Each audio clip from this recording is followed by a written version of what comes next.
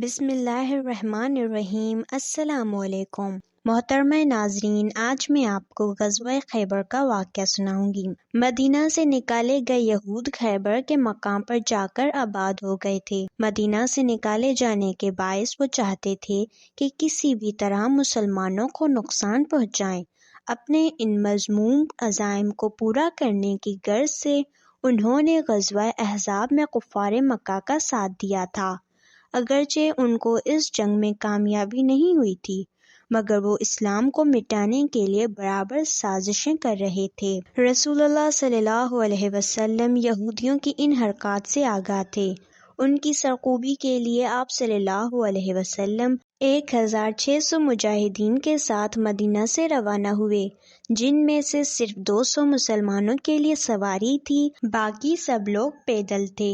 رئیس المنافقین عبداللہ بن ابی نے اہل خیبر کو پیغام بھیجا کہ محمد صلی اللہ علیہ وسلم تم سے لڑنے آ رہے ہیں، تمہیں ان سے خوف زدہ نہیں ہونا، اس لیے کہ تمہاری تعداد بہت ہے، جبکہ مسلمان تعداد میں کم ہیں اور ان کے پاس ہتھیار بھی نہیں ہے۔ جب لشکر اسلام خیبر سے 12 میل کے فاصلے پر رہ گیا تو رسول اللہ صلی اللہ علیہ وسلم نے صحابہ کے ساتھ نماز عصر ادا فرمائی۔ یہاں سے روانہ ہو کر اسلامی لشکر نے غطفان اور یہود کے درمیان وادی رجی میں قیام کیا تاکہ غطفان یہود کی مدد کو نہ پہنچ سکیں۔ وادی رجی کو اسلامی کیمپ یا لشکر گاہ مقرر کیا گیا۔ مسلمان اسی مقام سے لڑائی کے لیے تیار ہو کر جایا کرتے تھے اور زخمیوں کا علاج بھی یہیں کیا جاتا تھا۔ فجر کی نماز کے بعد رسول اللہ صلی اللہ علیہ وسلم نے دعا فرمائی اور لشکر اسلام جنگ کے لیے تیار ہو گیا۔ سب سے پہلے مسلمانوں نے قلعہ نام پر حملہ کیا۔ اس قلعے میں یہودیوں نے سامان رسد جمع کر کے رکھا تھا۔ مسلمانوں نے اس قلعے کو بڑی آسانی سے فتح کر لیا۔ یہودیوں کا سب سے بڑا، اہم اور مضبوط قلعہ قموس تھا، جو اسی نام کی پہاڑی پر واقع تھا۔ عرب کا مشہور پہلوان مرحب اس قلعے کا حاکم تھا۔ رسول اللہ صلی اللہ علیہ وسلم نے پہلے حضرت ابوبکر صدیق رضی اللہ عنہ، پھر حضرت عمر فاروق رضی اللہ عنہ کو قلعے پر حملہ کرنے کے لیے بھیجا، مگر یہ قلعہ فتح نہیں ہوا۔ جب محاصرے نے طول کھینچا تو ایک دن پیارے نبی صلی اللہ علیہ وسلم نے فرمایا کہ کل میں علم ایک ایسے شخص کو دوں گا جو اللہ کے حکم سے اس قلعے کو فتح کرے گا۔ صحابہ کرام نے یہ رات بڑی بے قراری میں گزاری کہ دیکھو کل علم کس خوش نصیب کو عطا ہوتا ہے۔ دوسرے دن صبح ارشاد نبوی ہوا کہ علی رضی اللہ عنہ کہاں ہیں؟ عرض کیا گیا کہ ان کی آنکھوں میں آشوب ہے۔ جب حضرت علی رضی اللہ عنہ خدمت میں حاضر ہوئے تو رسول اللہ صلی اللہ علیہ وسلم نے حضرت علی رضی اللہ عنہ کی آنکھوں میں اپنا لعاب دھن لگایا اور دعا فرمائی۔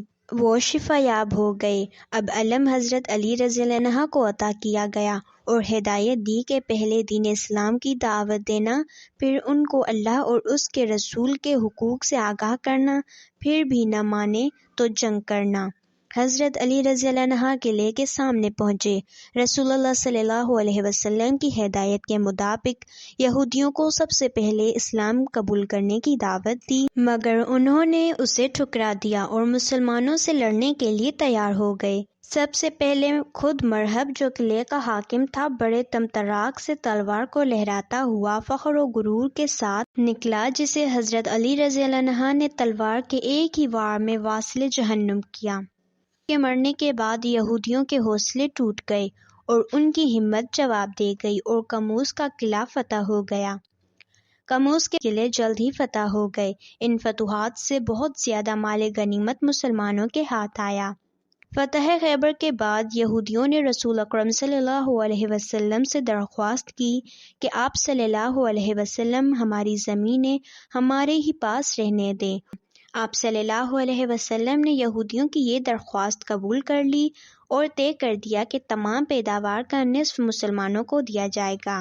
جب بٹائی کا وقت آتا تو رسول اللہ صلی اللہ علیہ وسلم حضرت عبداللہ بن رواحہ رضی اللہ عنہ کو بھیجتے، وہ ساری پیداوار کو 2 برابر حصوں میں تقسیم فرماتے اور کہتے جو حصہ چاہیے لے لو۔ یہود اس عدل اور انصاف پر حیران ہوتے اور کہتے کہ زمین و آسمان ایسے ہی عدل سے قائم ہیں۔ تو دوستوں، یہ تھا غزوہ خیبر کا واقعہ۔ ملتے ہیں ایک دوسرے خوبصورت واقعے کے ساتھ، جب تک کے لیے اللہ حافظ۔